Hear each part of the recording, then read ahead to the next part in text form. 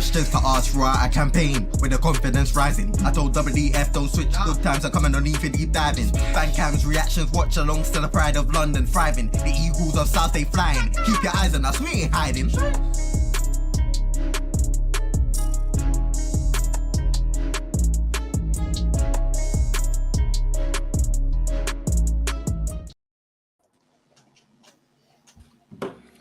Big up, big up, big up. Hope everyone's well. Hope everyone's mentally recovered from what was a terrible performance yesterday. But obviously, massive. In the grand scheme of things, it's a great point. But we really need to break this down. And don't forget, obviously, we will chuck the link in after we've dissected the game ourselves for you lot to call in and have your say.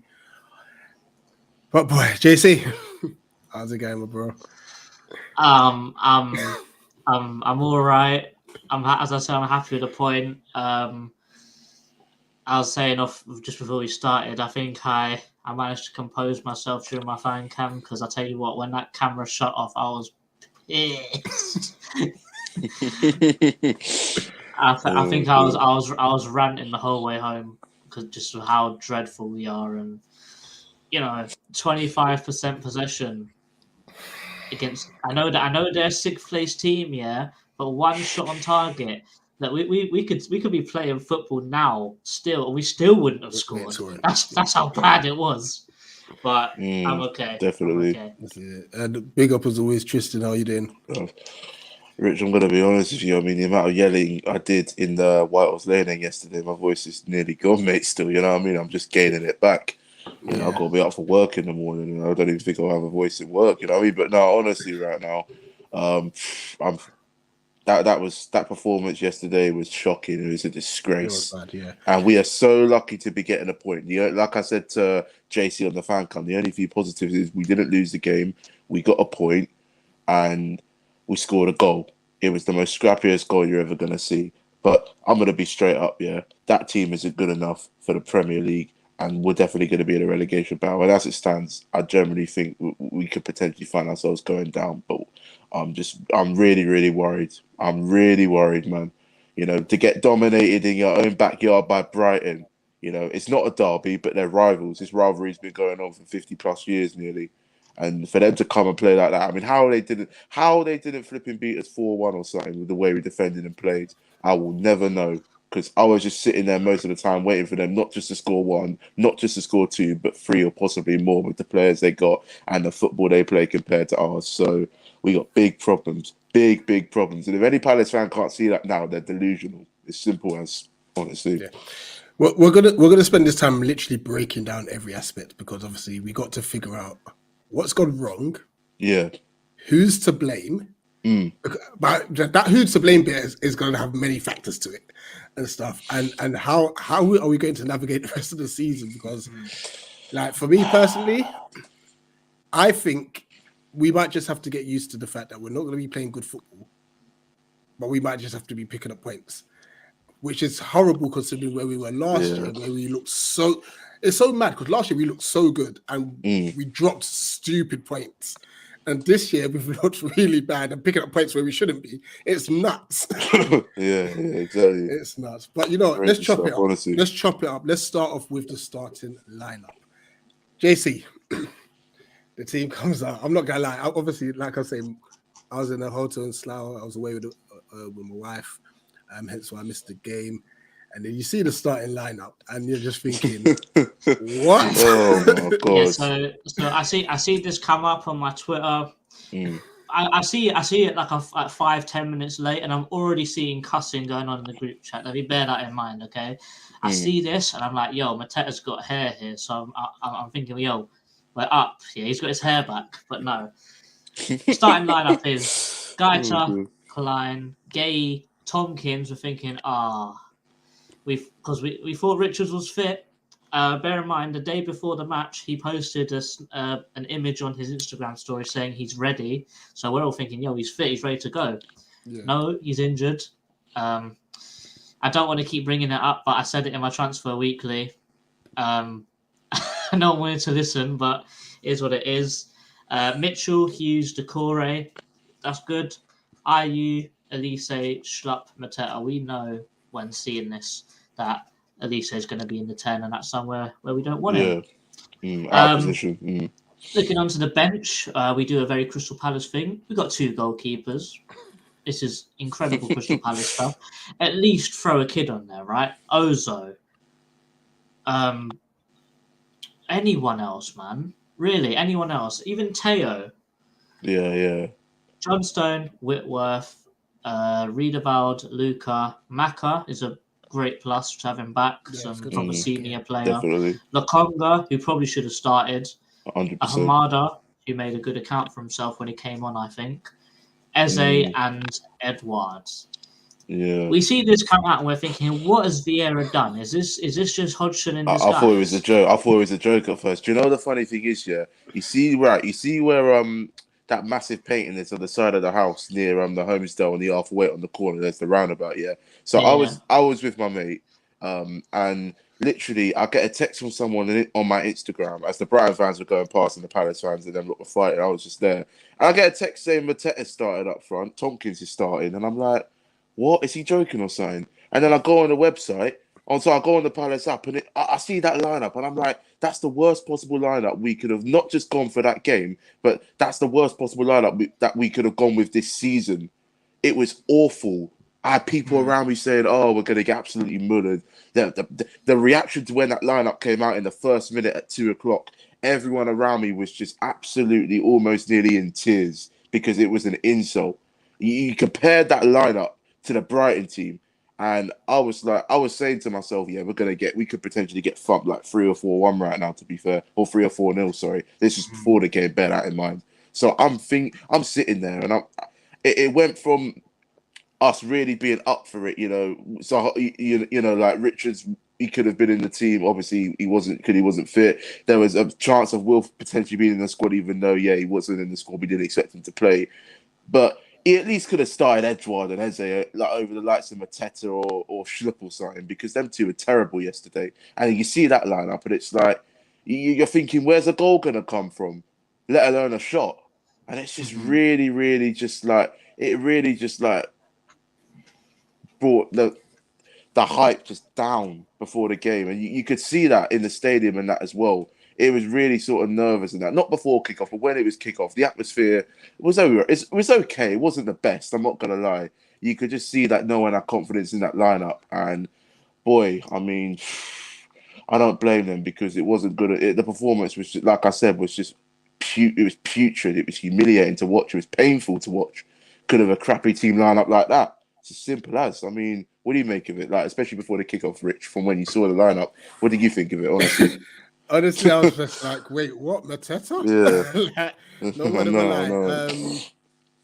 And then it was kind of like, you know what? I had to wait until see how he shaped up at kickoff and such. Because in my head, I was thinking, if we've gone Elise in the 10, Ayew right, Schlupp left, and Mateta up front, we're not scoring. That was my initial mindset. And to be fair, you know, when we kicked off, it looked like a 4-4-2. I could be wrong, but it looked like Elise did play on the right hand side. And by the way, Brighton's left back, he did a number on Elise, to be fair. You know, Estepinian. Yeah, he's a great player. He pocketed him all game. That finish was nice. It was incredible.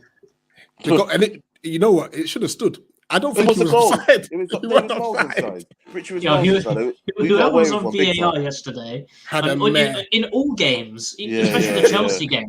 Yeah, honestly. Yeah. I'll tell you what, though, all the Chelsea fans complaining about Souček. Remember what happened with Thiago Silva? Yeah, you man got away with murder. You can't chat about no handballs. Hypocrites. Let me just address a few comments. Where we are. Big up everyone who's inside. Please smash the like button. Big up the man Chikushina. So he's going to be one of those co-streaming with us for the Super Bowl. We'll be live 11:15 p.m. for that. Big up the chairman. Big up Thunder Road. Hey, let the intro song run. It's too short. You know what? I'm going to have to speak to CM. He might need to do a 3-minute version. he needs another verse. We might have to get another verse in, 100%. Big up Rush. Yes, please hit the thumbs. The players were not great, but it's the negative. That's another aspect we're going to talk about, because I'm going to try and link this to the whole VIEIRA Derry situation. I wonder if there's something connected there. We'll talk about that in a minute. Let's be honest, we had one shot against Man United, got a draw. It's because it's Brighton. We're all pissed off. But they're a very good side. They are. And you know what? I think against United we tried though. I think that's the difference. Yeah, we tried more. We tried more against United. I think yesterday we were just poor. We were just sitting back. The fact you got the crowd driving the team to push forward, and they're just sitting back. There was no response from the players. The only response was when we scored. That was it. Honestly, I found that really bizarre. It's disgraceful. Honestly, shocking. Maybe Mateta lost his touch when he cut his. Yeah, like something about. Yeah, I mentioned it plenty of times. God, he needs to grow his hair back, 100%. Given the way we're playing and no let up in the horrible fixtures, are you guys worried about being dragged into relegation scrap? I know Tristan definitely is. It's going to happen. It's going to happen. It's going to happen. I think be in there if we can get 5 points for the next 3 games, I think we're okay. So that's Brentford, Liverpool, and Villa. Oh, God. Anything less than that, yeah, it'd be worrying. No wins in them games. I mean, we'll be bottom of the league at this rate. Shout out, Louis. VAR offside goal was human error. PGMOL said should really have lost that game. 8 o'clock, we'll be here with a fan calling show. We are going to discuss VAR with all the cases that because there was a lot. So 8 to stay with us locked in at 8 o'clock because we're going to discuss them. 100%. Big up, Maisie. Very, very good day for your club. Both the women and the men United winning. Well, we'll talk about the women. Have you seen that article that got posted? My days. I've seen that. Yeah, that's disgraceful. That not the article, but what I saw about it really makes me sick. Secondary school from that academy. That's disgraceful. Shocking. My French, but that's a piss take. JC, I think you might have to do a separate thing in the week for that one. I think it's going to need its own show because that's not looking good at all. It has to be a pre-record because we're going to rant on that note. Yeah. Henry's saying it's definitely offside. I don't know. No, it was on. I think Gay kept him on. Watch Match of the Day too. It was miles on side. Gay played him on. I've got an image here. Let me see if I can quickly drop it into the thing. Because whoever's in charge of VAR, oh my word! Talk about an error. My other screen on. Yeah, it was miles on side. Because because someone said to me after the game he was way off, and I looked at it on Sky. And I was like, oh, he's probably right. Then I watched Match of the Day like a few hours later, and he was way on side. It was embarrassing for whoever was operating VAR. I'd say that. You know what I mean? It was bad. Just very quickly, since JC is just looking for something. Tristan McAllister should be sent off. Definitely, it was a red card. It's a red card, no question about it. Another VAR decision that, I mean, whoever was like I said, whoever was on VAR, the mayor, he was, it just, I don't know, did he need to go to Specsavers or something? Because, you could say, the Brighton goal they scored, that was offside. Yeah, that should have been a goal. And McAllister, going on the Kure, with studs being shown, it was a red. It was a straight red. He had time to have a look at whoever's in charge of VAR. It was a straight red. Simple as, I'm going to be honest. If that was any one of our players, they would have been sent off. Simple as. It was a red card. It was a poor challenge. And I don't understand. Remember Knockhart, 4 years ago when he did that and got away with it? Every single time these Brighton not do that, they get away with it. It really does my head in. And the worst thing is we have VAR and they still didn't bloody, get the decision right, man. It's not on. Yeah, look at Mark Gay. Look at Estepinian and look at Mark Gay at the back of his hand. It's Gay that keeps him on. Onside all day. And we got away with one big time. And it's a fact because we were so poor, so open defensively there, and he's way onside. Klein, I don't know what he's doing. Yeah, you can definitely see because they've drawn it from Tompkins' arm, but then you can clearly see behind him, Gay's probably about half a meter behind him. Yeah. If you're seeing his chest from behind him, you can clearly see he's moved on quite a little bit. So if anything, I think if you can see a little bit there, you can see the Lino's foot, that little black dot there. The Lino's weight proper in line, so he didn't flag it. VAR flagged it, and obviously it was an error there. So it was definitely the goal should have stood. Long story short. Definitely. Yeah. Good. Let's bring up one of the first major topics. we seem to have lost all sort of like ambition when it comes to like running, and I mean we've got the lowest run rate and stuff. There just seems to be no fight for most of the team. Yeah. JC, why do you think this has been a sudden change in just the ability to just, or desire? That's the word, desire. I think in my mind, all this can say is I don't think anyone else in the team is playing much different to what we were playing last year. The only difference is, you see that difference in gap? That whole difference in gap is Conor Gallagher on his own. That just shows how much he ran, the amount of energy he put into this team, and how much he meant to this team. And he was the sole reason of our success last season. Like you saw it in the games he couldn't play. Whenever we played against Chelsea, even in the semi-final, we were flat. We played exactly like how we're playing now. We had no energy. We had no desire. I also think that it does link back to this Derry situation with VIEIRA. I get a calm approach, with younger players. The calm approach is definitely the better way forward, isn't it? Because you don't want to kill because younger players play off confidence completely. Same thing with Rashford, he plays off confidence. I'm sure Eze does. I'm sure Elise does. So you need to put your arm around him. You need to say, look, you messed up here, but you can help and do it this way. But I think out of all games in this season, this is the game you needed Derry to have a scream at them in the dressing room, because this is the game that all Palace fans want us to have, go out there and have in a big bang. This is the game we focus on. This is the only game we look forward to in the calendar, because we ain't got no other rivals really in the Premier League. This is the game, and I don't think that, even though in the press conference VIEIRA said, the players understand it, they know how big it is for the fans for this match. They don't. They clearly don't. They didn't care. I think one just things you have to put into your head is our off the ball work is dreadful, and I think that's the reason why. So bad at the moment. And I think that's the reason why we are the lowest in this team. If anything, the people that press the most is Zaha. We think he's dreadful at pressing, but listen, he's way better than what Eze can do. Edouard's actually very good at pressing, even though we don't actually think he's the best at pressing. And Hughes, I think anyone else doesn't press whatsoever. Jordan? Yeah. No. But I'm talking about are you pressing? Okay. I'm talking about everyone else. Like you talk about Mateta, no. Eze, no. Elise, to an extent. Schlupp, definitely not.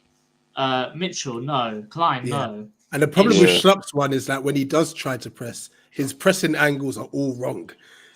He gets bypassed so easy. Exactly. And he's out of position, and then the opposition are in the midfield, and they've just got so much space and room to attack because he's not in his position. He gets caught out. I think it shows because for when Ahamada and Lokonga came on, because they came on, they had stuff to prove. They were pressing, they were trying to progress the ball forwards. Yeah, exactly. I tell you what, I'm really excited to see what Ahamada can do, because I think I see glimpses of him, of a great midfielder there. Already, I don't think, from what I can see, I do not think he is a 6. I in my head, from what I've seen, I see him as an Eze replacement. Yeah, I think he's going to take. What as a cam? You think he should play as a cam? I think he's going to end up being compared to like a Gallagher position. Yeah, I thought you. Because what I was thinking, you could play maybe Eze and Cam and him as a centre mid. I mean, because we need someone like Gallagher, and I generally think Hamda could potentially be that kind of ideal Gallagher replacement from what I've seen of him in training in Stuttgart as well in Germany. I can definitely see Decore being that 6, Lokonga definitely being that 8, and Ahamada being that 10. Because I tell you what, I see Ahamada's defensive work rate is way superior to Eze's. Yeah, and I don't know. I was speaking about it with Chairman yesterday, and he this morning actually. I'm saying, do you think we made a mistake by not taking that 45 million for Eze? Because he don't look like half that player right now. No, he's been terrible recently. You're not wrong. Listen, with the whole financial situation, with the board and everything, and I know we'll talk about that some other time or even in this video later on. Listen, we spending £100 million on a stand, and we took some of that money from our transfer money. It would have been ideal to maybe sell a couple players in the January just gone, so we could buy maybe 2 or 3 more decent players. So if whoever wanted Eze, I can't remember who it was. Whoever wanted Eze for 45 mil, the way Eze's been playing, yeah, Newcastle. Whoever, the way Eze's been playing, he's not been good enough. He's been poor. He's nowhere near the player he was before the World Cup, in my opinion, and that. And 45 mil, I look at it now, I probably would have sold him, to be fair. And I reckon we could have gotten someone better, than the way Eze is right now, based on current form. So you're not wrong there. That's the point. I've got a differing point. I'm not gonna throw Eze under the bus just yet. I feel last year he would have been perfect in that sort of where you got like the backers and the Gallagher's doing all the pressing work, and just leave him in the 10 position. For Eze to work, we need 2 6s or a 6 and a very effective 8. And leave Eze to do no defensive work because he does his best work. We don't have that luxury right now. That's probably we don't why have I'm it, thinking and that's why this. Eze's looking so bad, because we don't have that luxury of it. Also, with that 45 million, if Anthony Gordon's going for 45 million, Eze's still worth 60 mil to me. Yeah, but this was before all of that. Yeah, this was before. Yeah.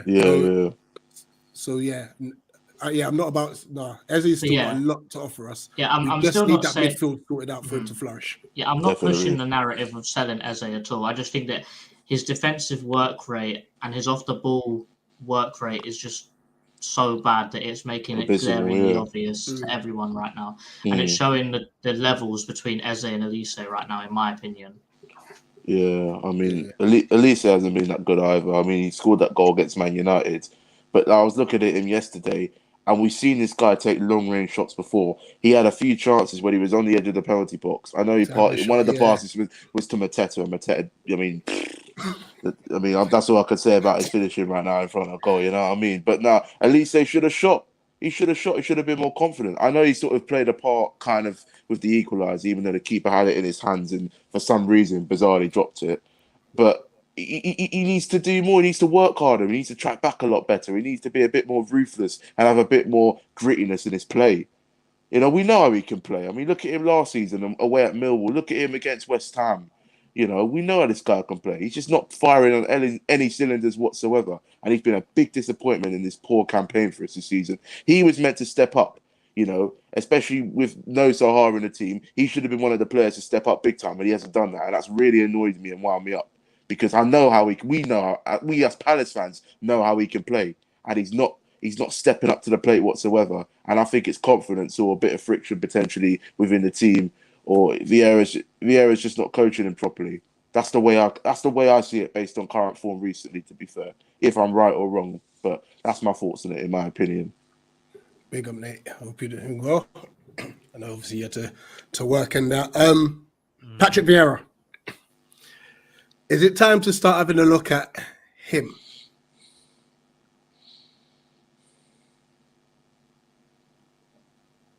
Wait, Nate, have you frozen? I think it's gone. Yeah. Oh. You know what, JC, you can take that for the meantime. I think that Vieira needs to be a bit more flexible, because trying to push this narrative of playing this certain way when the players that we actually have on the books and the better players for those positions just either aren't fit right now due to injuries. I think we need to have a look at changing the formation to suit the players that we actually have available for us. I think that definitely I was a big advocate for this 4-3, 4-2-3-1, with the 2 DMs, the 1 attacking mid with the 3 up front. I think that was definitely the way forward, but I think that we've got to switch it up now. I think that just because of the players, that we just don't have the luxury of having 2 DMs or 2 really good DMs right now. Because even when speaking with T, Lokonga's not a DM, he's an 8. Hughes ain't a DM, he's an 8. And Decore is definitely a DM. So I think it's probably time to switch from 2 DMs and an attacking mid to 2 box-to-box and a DM. And maybe because Zaha's injured right now, I have to shift Eze out to that left wing, because he played out there for QPR. And in this way, we can actually put Elise back on the wing again. We don't have to shoehorn him into the middle anymore. We can actually play Eze, Elise, and Edouard up front, and that's actually a very good front line.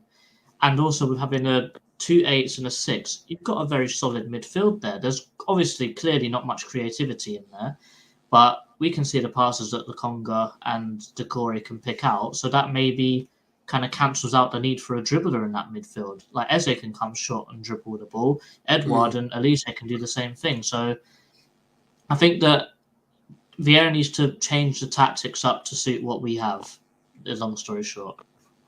So just to play devil's advocate then, because obviously we lost Richards and we thought, oh snap, we got Tompkins. We can't really be playing a high line against Brighton. And then you think you got to worry about Kleiny, who I think did okay actually against Matoma.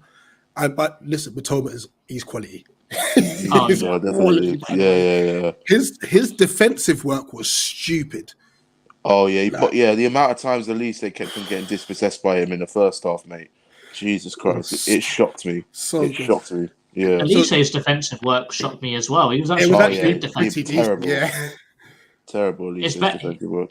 His defensive work's normally terrible, but it was a lot better than it normally is. Normally is, yeah. I think he did work hard yesterday. But my devil's advocate is knowing the side we had, and to be fair, that's Vieira's fault. We weren't going to get anything better than like having a defensive line and trying to hit them on the break and stuff. The problem is when we did have opportunities to break, we couldn't string 2 passes together. You know, it was mad. Nate, I'm going to ask you about injuries now, because obviously Richards seems like he's going to be out for a while. Hughes, it looked like a hamstring. I don't know. I don't know if it's a hamstring or a thigh injury. He might be out for a while. Where do we go from here? Because our squad's thin as it is. Where we go from here is we look at 2 certain Americans who, let's be honest, we all know exactly who I'm referring to. I don't really need to say their names. We also have to look at why have we put ourselves in this position by not securing players in these positions, be it loans, be it academy players, be it whatever. There should be enough cover throughout the squad to say, right, okay, if we lose Wilf, we can at least play a player that might not fit in that position, but we can make do until he's back. But how fitting is it that in the biggest game of the season, it looked like we just treated it as another game. Another game in the league. You're not wrong. Yeah. Don't get me wrong. Yesterday was a fair reflection that they are streets ahead of us, but they've always been. We just didn't see the signs until now. If you look at back when we were in the championship, we got up ahead of them. But what have we done since? 2 cup semi-finals, 1 cup final, that's it. We're no closer to European football than we are championship football. We failed. They've gone light years ahead of us. Clear. Right? Miles ahead. It kills me to say that the truth is the truth. Having said that, you have to look at our transfer policy. We've only sold 2 players since we've been in the Prem for high fees. Balassi and Wan-Bissaka. Yeah, that's embarrassing. Every other player has either gone out on a free. That's over 10 years as well. Bad. 10 years. 10 years. And we basically, 50 plus 30, that's 80 million. 80 million. It's mad. Our third highest sale is Sorloth. Our third highest sale is Sorloth, and we only got 10 million out of that. And that's our third highest sale ever. Need I remind you, we're a football club that spent £10 million on Connor Wickham, released him on a free. We paid close to 26 million for Mamadou Sakho, released him on a free. So for all this praise that people aim at Parish and the board, right? My question to those people is, are you happy with this? Because I'm not happy with this. No, I'm not happy either. I can understand that we don't have a whole empty, bottomless bucket of money to just throw at the window every year. That's cool. But where's the strategy? Yes, people might look at our academy and say we've only had 2 academy graduates make first team regular appearances in Mitchell and Wan-Bissaka. That's dreadful. Call it whatever you want about, we didn't have the players under Roy. That's the perfect time to play youngsters. We've nothing to lose. We get relegated, we get relegated. People are acting like you get relegated at the Premier League, it's the end of the world. I'd rather be out of the Premier League if we're just going to make up the numbers in it. It's embarrassing. And imagine that decision yesterday for VAR, it should have stood. Yeah, definitely. If the shoe's on the other foot, I'm fuming that that's gone against us. Well, 100%. Exactly. You're not wrong. It's a fact. I'm not sat here angry about yesterday because we somehow managed to snake a draw we didn't deserve. By some margin of unbelievable luck. We haven't lost to them in over 1,000 days. God only knows how. Because in most of those games, we've been dog shit. Even the 2-1 win at the Amex. We were awful. Well, 3 shots and we scored 2 of them. That just glossed over how bad we were. But some people want to say, but the academy is built and the stadium is next. By the time the stadium is built, Tristan and JC will still be alive, and me and you will be in coffins, Rich. We won't see it. It'll be empty when we're in League One. You know what I mean? The new stands. You know what? You've got better chance of seeing Sutton United play in the Champions League than us getting that main stand built. Let me just have a few more comments. And then I know JC's got something lined up. I trust my thing to be running very slow today as well. Corrupt fire officials helped Palace, but overall, these corrupt officials need to be investigated. Like I said, trust me, we're going to be discussing that in detail from 8 o'clock. Because, boy, some of the decisions just yesterday alone were mad. Big up first, my brother. Hope you're doing well, my bro. Make sure you go and subscribe to UFTV. Make sure you go and subscribe to Free Spurs Boys as well. Big up Bobby K. Hope you're good. Film review shows, again, big up. Says, no to selling Eze. It's too soon. He can never dip in form. And we always complain about weak bench. That's a good point, actually. We don't have the squad depth to be letting some of our better players go right now. Also at the Arsenal game, PGMOL said VAR officials forgot to draw. Yeah, I saw this tweet. Is it Madley or something like that? Or is it Mason? One of them forgot to draw lines. It's mad. That's your job. It's crazy. Yeah, the whole thing's fishy. No, 100%. More interaction here about the refereeing. Big up Loso. He's giving Tristan a massive shout out. Big up my guy Lopez. Big up to Eddie. Make sure you subscribe to Eddie Football Waffle, Man United fan. Top guy as well. Richard should be back next week. Actually, thank God. Thank God. Just on that. Thank God. Here's a question for the three of you. Can you tell me the last time we won a game at home in the Premier League? October the 29th against Southampton. There you go. Yeah. And what's that, 3 months nearly? It's embarrassing. Can I say something? The way this club is right now is an absolute joke, an embarrassment, and a disgrace. This season, I generally think we're finished. We're not scoring any goals. We can't even sign players. We can't even sell out. The admin at Palace is crap. Everything about this club stinks. I know Rhiannon's happy to hear that. Honestly. It is. It's shocking. Just hear, like you go on Twitter and you see some of the stats over the past few years, over the last 10 years in this season. It's embarrassing. And I'm fed up. I'm fed up of seeing the same thing every season, man. It's time for a change. And if we don't do it fast, we're going to be in the Championship. We might even be in League One in the next couple of years, to be honest. Because it's just, financially, we're screwed. Simple. Right, here's a question for you all, right? Because I've seen a lot of anger aimed at Texter, and I'm saying to myself, he ain't the problem. He's one to be wary of, but he ain't the problem. As much as I don't like Harrison Blitzer, and they deserve their own show to go in on, I'm convinced Parish has taken us as far as he can. I understand that people might think, but he saved us and the whole lot. I'm sick of hearing that. 2010, tell me about it. Yeah, cool. We had to stick by him because him and the other three did wonders to keep us out of going bust. But you look at some of the teams that have come up since we've been in the Prem. Burnley have been in Europe. Wolves have been in Europe. Them lot on the South Coast, very close to Europe. Southampton have been in Europe. Granted, I'm aware Southampton were promoted before us. Southampton are close to getting relegated. And if we're not careful, we're very, very close to joining them. Now, obviously, people will look at the last, 6 games. We've taken 3 out of a possible 18. That's relegation form. It's 1 win in 11 in all competitions. That's how bad it is. That's relegation. Bad, 1 win in 11, and that's from November. We haven't won a game in 2023. We haven't. We can't even have a shot. Honestly, 3 months, exactly. 3 months. 3 months of this crap. Me personally, right? I'm relieved that we didn't lose yesterday, but we should have. Exactly. But I owe James Tompkins an apology, and I hold my hand up. I owe him an apology. I've no shame in admitting he was one of our best players yesterday. He was brilliant. And he actually was the only one on that pitch that showed actual passion. You're not wrong. So definitely. Right? All the hate Jordan Ayew gets, I want that aimed at a lot of those other players because a lot of them went hiding yesterday. Yeah, Ayew was one of our better players.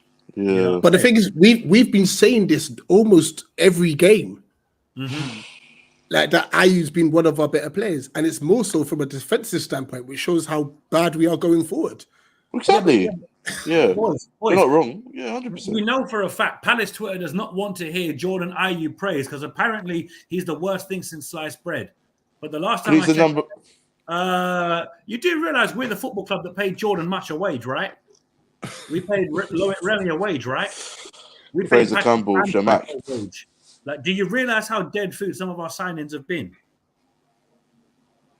Yeah, exactly. Patrick Vieira has had to take this season on, right, with one hand tied behind his back and a busted knee.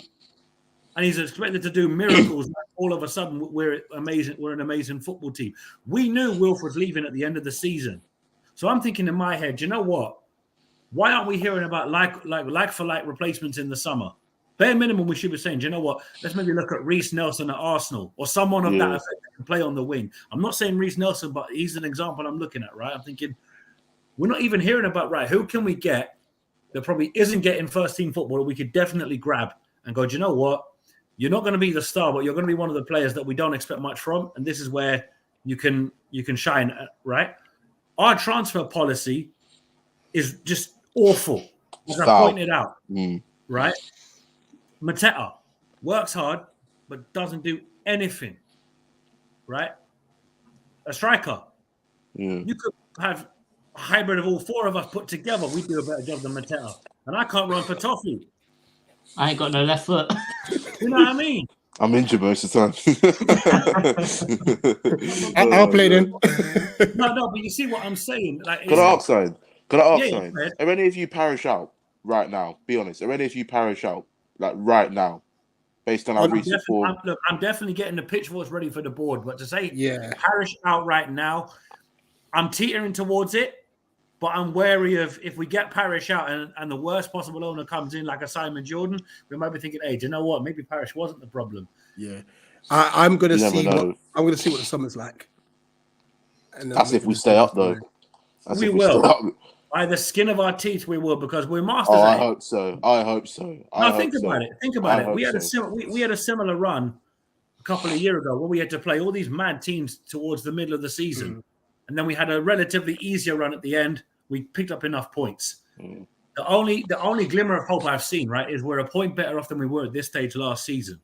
But believe me, that is the tiniest margin to cling on to. Yeah, I didn't know that. I'm not sat here thinking, oh, well, who needs Gallagher? We're a point better off than last season. I'm thinking, why didn't we get a midfielder to try and make up for the loss of Gallagher? I'm not saying get someone like for like. It wasn't even just the loss of Gallagher. We lost Coyote and then Maka got injured. There was no planning whatsoever. Yeah. I hear that. Don't forget Benteke's gone as well. I think we could have done with Benteke in this period, you know. He at least had a bit of quality about him and could hold the ball up and always could have that spectacular that sort of overhead kick and header. Don't worry. Yeah, exactly. Don't worry about Benteke because he never scored. I'm just saying that right now we could do with a striker like him. I prefer Benteke up front than Mateta and Edouard combined based on what I saw yesterday because Mateta was useless. And Edouard didn't do anything again. Well, I'll stick up for Edouard. He actually tried to make things happen. Apart from that brain dead pass he made back to HAMMOND. It's like, that was terrible. That pass. That wasn't the pass, my guy. But let's be honest. You know, he does press. I give him that. Yeah. He's got to do more. In my opinion, he's got to do more. Edouard. We know what he's capable of. Remember on his debut against Spurs? We know what he's capable of. Honestly. Yeah. Honestly. But look at it, right? It's 2023, and when I saw that lineup yesterday, I thought we were going to get hairy aped. Wasn't even remotely confident. I thought this could be a bloodbath. But credit to the players, right? There's a lot of credit that goes to the likes of Guaita, who saved us time and time. He was brilliant. He was brilliant. Was hella sus. Yeah. Jordan Ayew worked his socks off again, but don't worry. No, he's the worst ever player that's ever played in a Palace shirt. Big man, Michele Padovano says hello.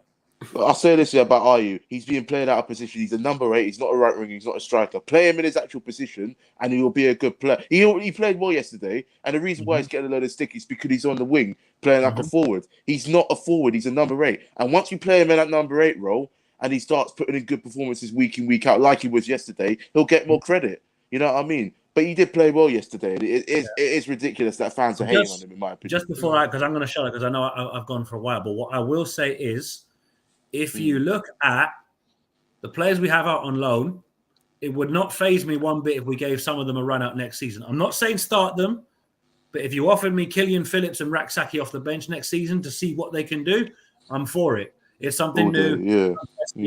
Listen, you never know. I think David Ozo's got a massive shout next season, you know. Definitely, See, this is what I'm saying. That academy has been neglected for so long, and there's another issue in relation to the other side of the club with the women's team I want to talk about on another stream. Yeah, we're going to do a separate one for that. So many things wrong at this football club, right? People have their right to be bored in or bored out or this opinion, that opinion, cool. But I'm relieved that more and more people are beginning to, like, I owe Steve an apology because I've called him negative the last couple of weeks. I'm beginning to see what he's saying. And I'm freely going to admit Steve's got a point. But I'm not hearing relegation talk until we're down there and we look every bit like we're gone. At the minute, we're somehow this high up with the water at our necks. Well, someone's still 12th in the table. I'm shocked by that, honestly. Do you know what really peed me off about yesterday? When you look at the Leicester result, when we went up there to Leicester, I'm thinking, you're telling me we couldn't beat Leicester when, let's be fair, neither side was great. But I'm looking at that going, those 2 points dropped are massive. The 2 points dropped at home to Brentford are massive. We got big time lucky yesterday. Yeah. But you need luck. It all swings around. Definitely need luck. I'm sorry for probably going on a rant, but I'll level with you. It's fine, though. You need to have moments like this because this was the biggest game of the season. But you could have fooled me. I'm thinking I can understand if it was West Ham, Fulham, Tottenham. A London derby don't mean that much to us unless it's a local derby. Millwall and Charlton and them lot. I'm thinking this is the one game of the year I care about more than any other. I don't care if we lose to Man United. It is what it is. But don't let me watch them embarrass us at home for 90 minutes. We're only lucky we got a point because Sanchez let it bounce. And by the way, what happened there, boys? What happened there? It's the weirdest thing I'm sorry. You're going to see. I needed to just get that out because I was saying to myself, we're too nice on this channel. And I've noticed that we are too nice. And this performance just tipped me because I'm thinking, it's annoyed me as well. Nate, it's annoyed me as well because that is, like you said, that's our biggest game of this season. And they play like that. Yes, we got a point. And yeah, it's a positive, I suppose, that we got a point. But with the way we play like that against Brighton, it was a disgrace. It was embarrassing. It was shocking. Absolutely really shocking. Bad. And how on earth the fans didn't boo, how on earth the fans sort of didn't boo towards the end of that. I mean, it's beyond me because it was shocking. I know it was a point. And Brighton are 6th in the table and they've been superb this season. And yes, you look at it and you say, yeah, it's a top point overall. But listen, against Brighton, our rivals, our big rivals, and they play like that, it's just an insult. And we got dominated in our own backyards. Absolutely pathetic. Honestly, it's just really upset. It's really upset me and wound me up, guys. Honestly, that's the disappointing thing about it. Yeah. But that challenge by McAllister on Decore, that was a red. We discussed that was definitely a red. Definitely a red. Red card. Fourth and VAR again. Mitchell got sent off for exact same tackle. I'm thinking the Mitchell tackle, no issue with that. Definite red. Yeah, exactly. We're calling a red, so no issue with that. Yeah, but 100%. I won't lie, VAR screwed Brighton over, which I'm happy about. But it's a very teeny tiny amount of happy because I'm thinking we didn't win, so it don't even matter if they got screwed over. If we win and they get screwed over, I'm thinking, you know what? We're cooking. I like that. But I'm thinking, imagine I haven't seen my team win at home since October. That's depressing, isn't it? It's bad. It's really bad. Absolutely. Enough of me ranting like a drunken old granddad at a wedding. I'm sorry, people, but I take it off my chest. I'm going to mute myself now to stop me ranting and raving. So listen, people. Take it away, guys. JC. So as we was going through,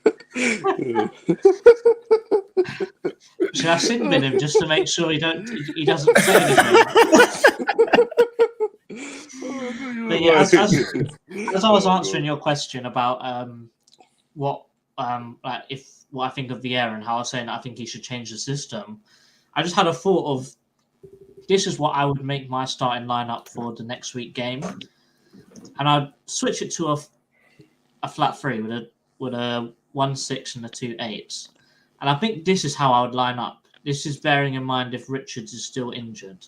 I think just from the energy that the subs brought when they came on, like Ahamada and Lokonga and Edouard, I think that this is probably the best way to go. Rich? Yeah, Lokonga has to start for me. Oh yeah, all day. Not especially if Hughes is out as well. You know, he has to start. The only thing I'd say is I still think Ayew needs to play, because we saw in the home fixture, their fullbacks are incredible. Both of them. They're like, I think, was it Rico Henry should have scored yesterday. He was in the box. And Hickey Aaron Hickey as well. He's the other one. Yeah, Hickey, he's a baller. Yeah. So that's the only thing I'd say regarding our wingers, because they bomb. In that case, I would probably change Eze for Ayew. Yeah. That's what I mean. Yeah, you want someone that can draw players in. You're able to pull up an eye. You can do that. And this Brentford team, they're quick, they're fast, they're energetic, they're at you quick from minute one. And I think this would be an idea. This would be ideal for Ayew to play, you know, on the left hand side, because at least he's not really a left winger. He's a right winger, and he's better on that side. So I think that's why you should play him. Well, we should play Ayew. Sorry, yeah. I think this setup in the midfield would be a lot stronger as well, because they do like to play the ball around the midfield and then a nice ball over the top to Mbeumo or Tony, for example. And that Mbeumo is quick as well. He's brilliant.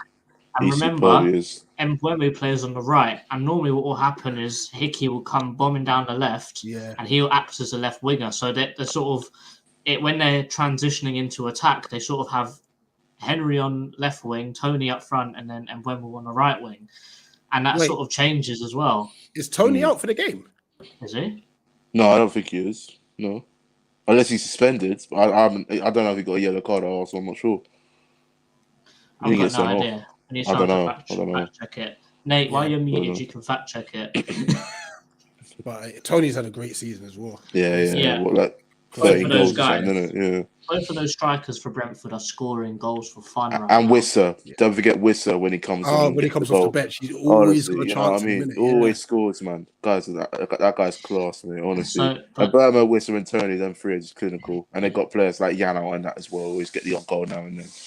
Honestly, that team in transition is just scary, no matter who you are. Yeah, exactly.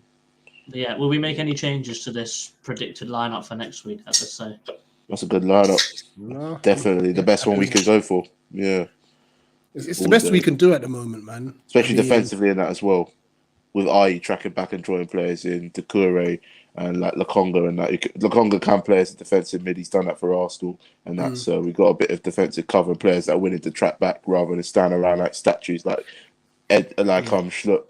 Eze and Mateta, for example, hence why they're not in that lineup, from my personal point of view.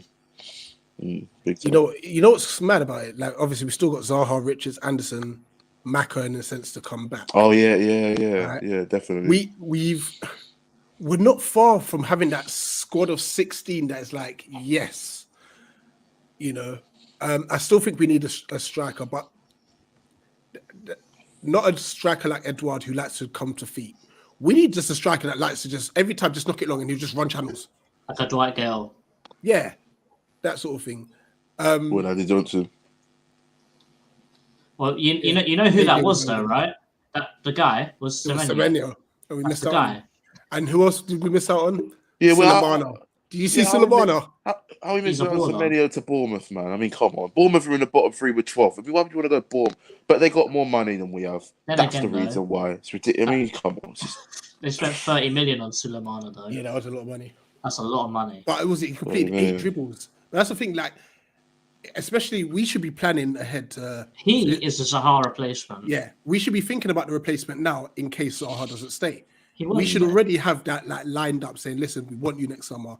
Or they should have done it in January where we're signing you on a pre-contract thing, what they do. and stuff were just board level were terrible.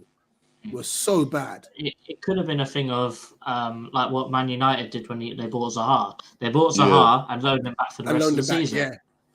So why can't we ever? I don't know who've ever structured a deal like that, and that's a very good way because if they're having a breakout season, they can carry on having their great season at that team, and then they'll come back with 6 months more experience. It just makes more sense that way. But apparently, the board don't think. No, they got no common sense. Hostile takeover. Should we all go and be the new owners? I do a better job. Yeah, exactly. We all do a better job than the current owners at the club. I've seen Tristan's career mode. He'll do a better job. I love. Put it this way: you got to ask, what exactly are Ian Moody and Dougie Freeman doing? Sitting on a beach, by the looks of it, because they haven't got a clue whatsoever. Absolutely, just useless. Simple as. They haven't done anything, have they? What do you mean? What do you mean the beach at the O2, Tristan? Because that's probably You're not wrong. Yeah, like or the beach on the Thames when it's hot in the summer or something. Or I don't know. Man. It's just the thing is, it's just like there's no communication from the board to the fans whatsoever. We don't know what's going on. There's obviously friction between Texter and Parrish and a few of the other American mugs, which is what I'm going to call them. What's up? Luke Plange. He got shipped out to. Lincoln, isn't it? Was it Lincoln City? Lincoln, yeah, League One or something. He's that player that will go in behind. He always likes running in behind. That's a shout. But he flopped at Molenbeek though. He's not ready. But he did decent for Derby in the Championship, to be fair. But it's a big jump from the Championship to the Prem. I watched him in pre-season at QPR. I just could tell he wasn't ready. He wasn't bad, but he just wasn't as clinical and precise in that. You know, I think give him maybe a couple of years and he might hit the heights that we all want him to, achieve in that. The thing is, if you look at the likes of Ebue and Plange, they're very much players for the future, which is fine. That's all well and good. But my issue is, right now, I know, like last season, we could sit here and say, yeah, Elise in a couple of years could be a 45, 50 million pound player. We're lucky to get 20 the way he's playing right now. And that's not just on him. The team itself has been poor. So we can't one player and say Elise is the sole reason we've been doo-doo. Right? With the word for Shep Decore, do you realize how wide open we would be every game? Oh, you're telling me about it. He works his ass off so hard. He does that extra dirty work. No other player would do that. Right? I'm looking at that decision not to give Kouyaté a 2-year extension. Okay, the club's policy is 1 year. Fair enough. That's understandable.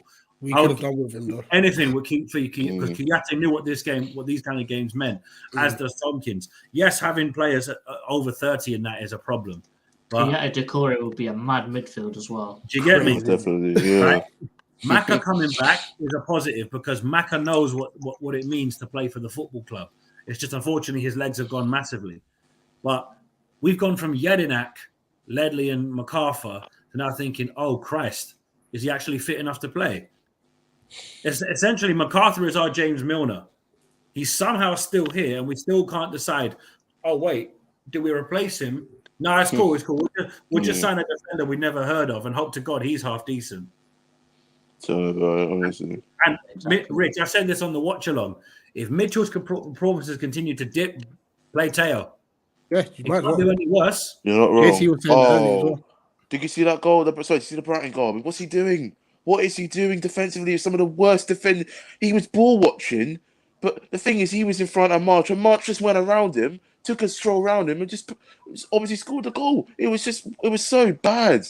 He's just been so poor this season. He's really let himself down. Like, I just couldn't believe it. Like, when I saw the goal, I was like, oh, it's probably just someone switching off. When you look back at it was really bad. The man above me said it months ago. That England call-up went to his head.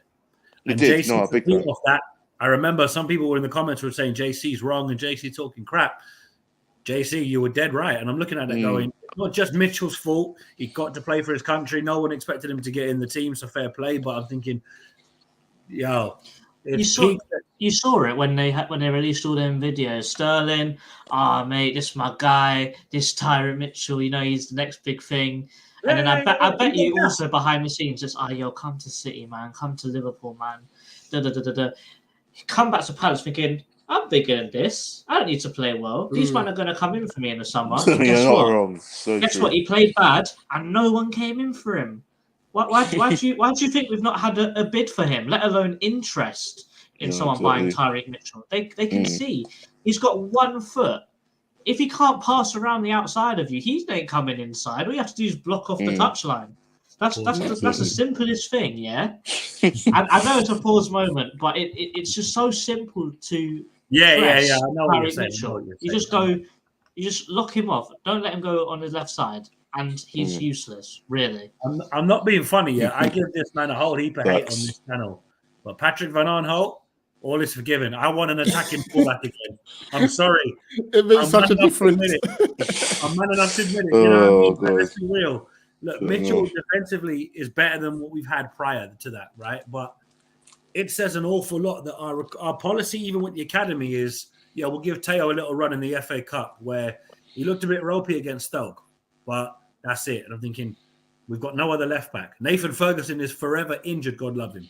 I don't see him playing for us. He's out of contract at the end of the season. Oh, he is. Oh God. Oh, that's. And we've got even less cover now. And adding insult to injury, we had to pay compensation to West Brom for him. Didn't we? Well, he's played 8 minutes in 3 years. Money well spent, lads. Well done. Money well spent. To be fair to him, he was hard done by the West Brom coach because they knew he was injured, but they played him anyway. Yeah, 100%. People, just quickly, I've put the link in if you want to call in. I'm going to dip out and get ready for the next stream at 8 o'clock.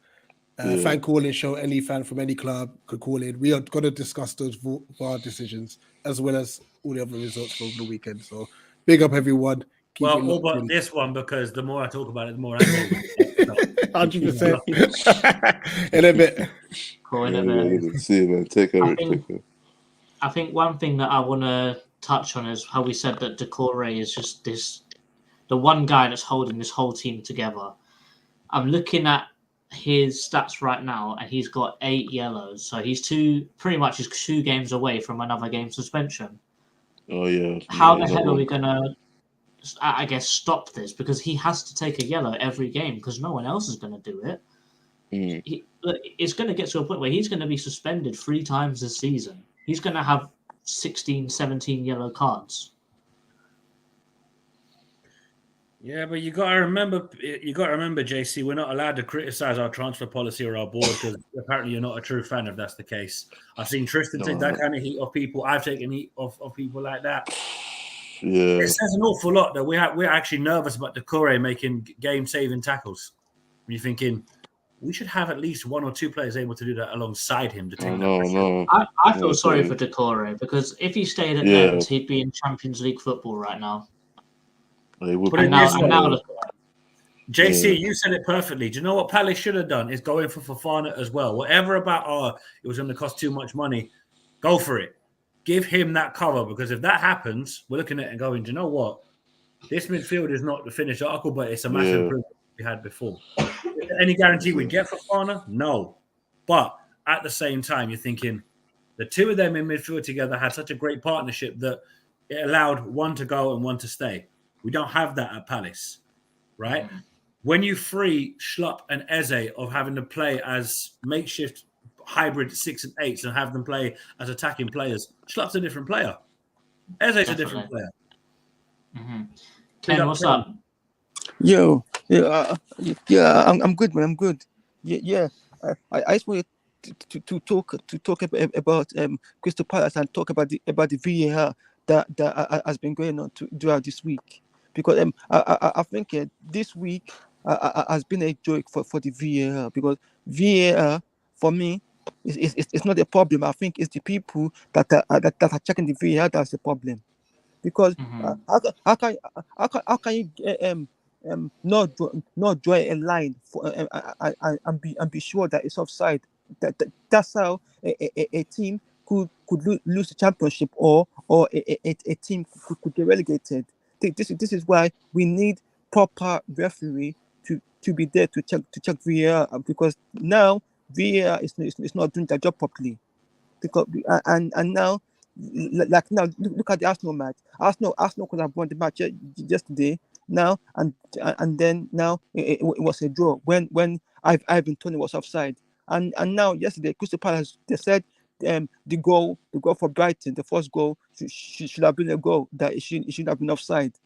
But for me, I think what should happen, that they should be able to go back. If anything happened, if there was a mistake on the day before, they'd be able to go back and give the team the goal, and that's how it should be.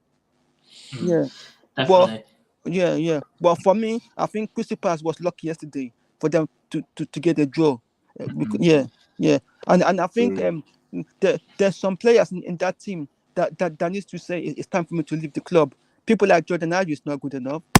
Austin Edwards is not good enough. Matata is not good enough. They need to leave.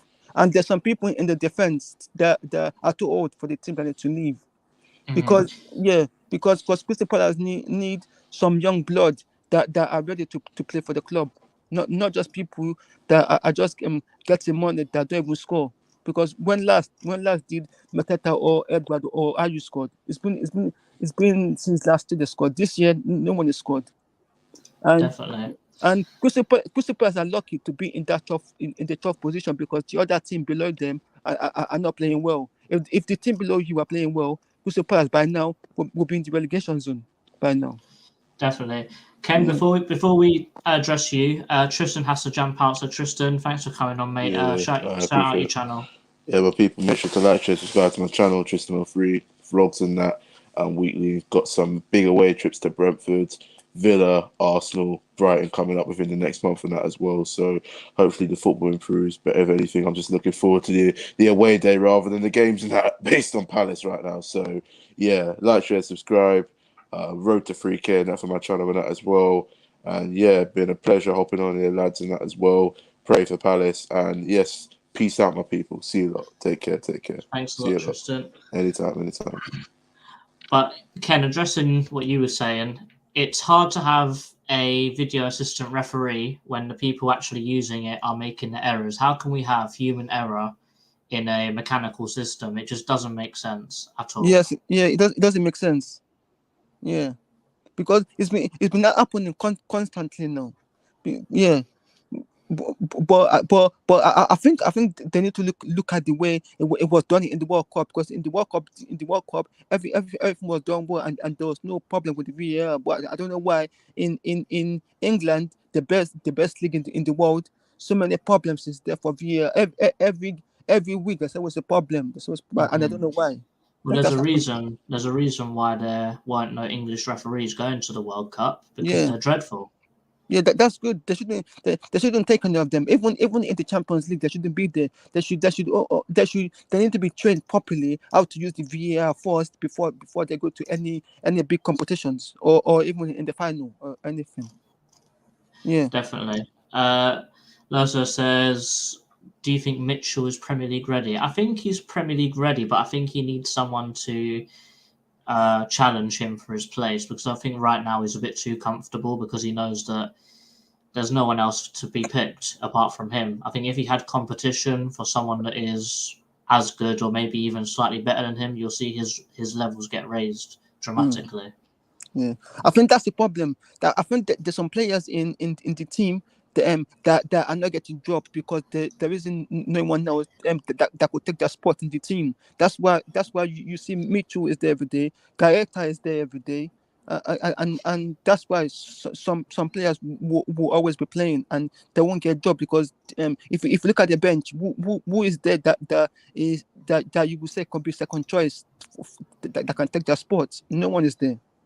Yeah, there's no one there. The only one that's maybe there is maybe Redeval, but he's not even the left back, is he? Yeah, but I don't know why the manager doesn't use him. What's the point? What's the point of him traveling to every match and then it's just on the bench and then it's just getting the money for no good reason? I don't know why it's not even using him. Try him for a few matches and see if he does well. Yeah, leave him in. If he doesn't do well, take him out. What's the point of him being there? Yeah, exactly. Yeah. I'm gonna drop the link in here one more time. If no one hops in 5 minutes, then we'll wrap it up. Yeah. Nate, is there anything else you want to add to this conversation? I think you're muted, mate. Okay, there we go. That's better. I don't know. I mean, I don't want to repeat myself and go in circles, really, JC. I mean, like, yesterday made it glaringly obvious when Zaha's not there, we've got no clue what to do. Right? That's problem one. Problem two is we're having to play players out of position because our transfer policy is so inept that we don't decide, we might need another DM to cover Sheikh Doucouré should he get suspended or injured. Nah, we'll be fine. We'll just put a square peg in a round hole because it might fit there. Wait. We've got Chris Richards, who's injury prone, even though he's actually had two very good games three very good games the last couple of weeks. Oh, but he won't get injured again. It's fine. He's not made a Weetabix. Be fine. Be fine. Oh, wait, we've got to call up James Tompkins, who literally hasn't kicked a ball in anger for months. Oh, it's okay. It's cool. We got Nathan Fergus. Oh, no. He's also useless. Well, I know. We can always call upon. No, we sold him, didn't we? Sold him a few years ago and haven't replaced him. Jake O'Brien's playing really well, but he's at Molenbeek. Oh, he's on loan. Yeah. I know what we do. Do you see? This is what we do, JC. Right? We let Nathaniel Klein go to Southampton back when he was a young man, and we thought, great, good luck to you, Klein. You go back into the Prem and boss it. He goes on to Liverpool. So he goes to Southampton first. So we bring in Joel Ward to replace him. And we think, you know what? This Ward guy he's all right. He's all right. He's not great, but he's all right. But then we realize, oh, wait, we've sold Wan-Bissaka. Now we need to find someone to compete with Ward. I know. Let's bring back Natty Klein on a free. Despite the fact there were younger right-backs there that could have done the job for us. But we're Sentiment FC, JC. So we don't really need to sign players that could actually level up the squad. Look at our friends on the South Coast, Lamptey. You're telling me he wouldn't do bits under Vieira? The kid is levels. Right? I'm done with Sentiment FC.